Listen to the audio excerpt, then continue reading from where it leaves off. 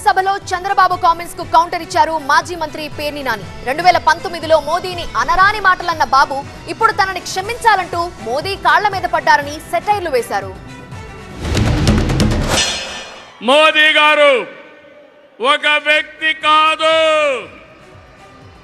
భారతదేశాన్ని విశ్వగురువుగా మారుస్తున్న ఒక శక్తి. అవునా కాదా? మోదీ అంటే సమిక్షేమం, మోదీ అంటే అభివృద్ధి, మోదీ అంటే సంస్కరణ, మోదీ అంటే భవిష్యత్తు, మోదీ అంటే ఆత్మగౌరవం, ఆత్మవిశ్వాసం.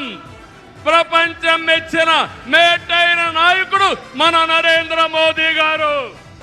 నన్ను క్షమించు మోడీ గారు, నన్ను క్షమించు మోడీ గారు, నన్ను క్షమించు. నా నోటితో నిన్ను భార్య లేదు, నీకు కుటుంబం లేదు, నీకు నువ్వు ఒక